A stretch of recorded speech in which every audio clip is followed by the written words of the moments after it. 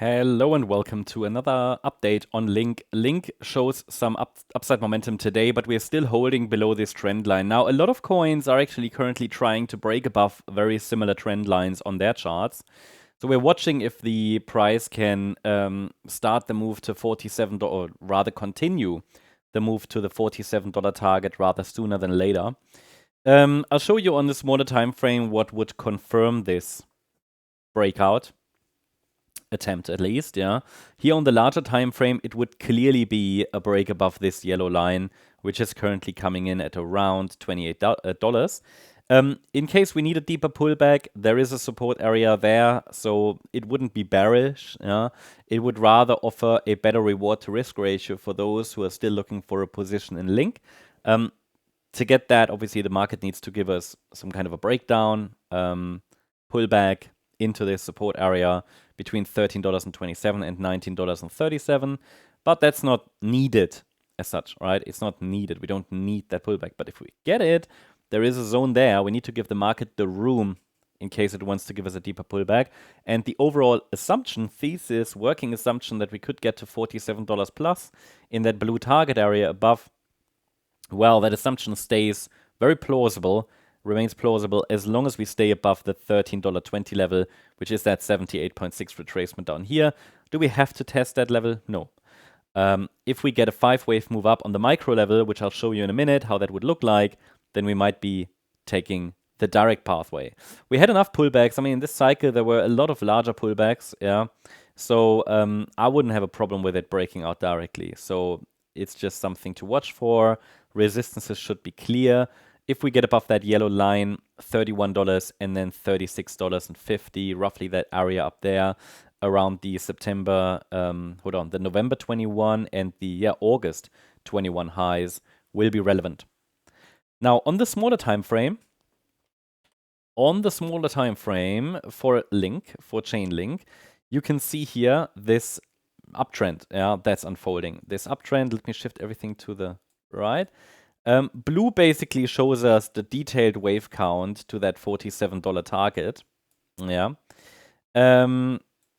For now, however, it's impossible to distinguish between yellow and blue.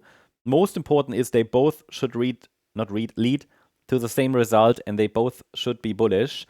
It's just that in the yellow scenario, any bounce from down there, from the September low, is seen as a 3-wave move for now, until the market holds a higher low in blue wave 4.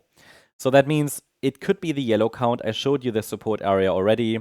Could be an A wave down, could be a B wave up. It's a 3-wave move up at the moment. And if we see any move down now in 5 waves, I would need a 5-wave move down for that. Then it could indicate the start of the C wave. It's important that yesterday, when we touched that support area here, or 2 days ago, I gave you a target area, right, for that next move up, which has now been reached. So $25.37 was our target, first target here for the internal C wave, and it could stretch higher. The next levels are on the chart, but we have reached the first target. I would say as long as we're now holding above that last swing low there at around $24, we might even try to get to $25.87, $26.20, $26.72. But that could all be part of the yellow wave C in a larger B wave. I think it's important to understand that in the blue scenario, we might be working on 5 waves. This can't be a B wave, if we get 5 waves up. And the B wave is what, could take us lower eventually, once it's complete. So if we get 5 waves, as shown in blue there, then this could be our indication that we actually have a low in place. And then with 5 waves up, this might be our next wave 1, and then we can add support for wave 2. In a similar way as I've done it here for that blue wave 2 and yellow wave B. That means there might then be a pullback, test of that level or area, and then we can grind higher. But for a third wave to be a viable third wave, normally I need the price to get to the 138% extension. In this case, that would be $26.20. And then hold a higher low in blue wave 4 and form a higher high in blue wave 5. So if we get that, then this is our next wave 1. That's what we are watching for at the moment on the Link chart.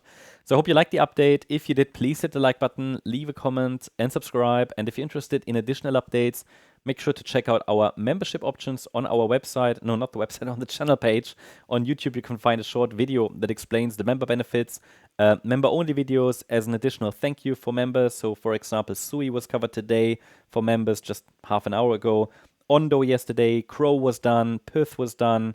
So you get a lot of additional member updates.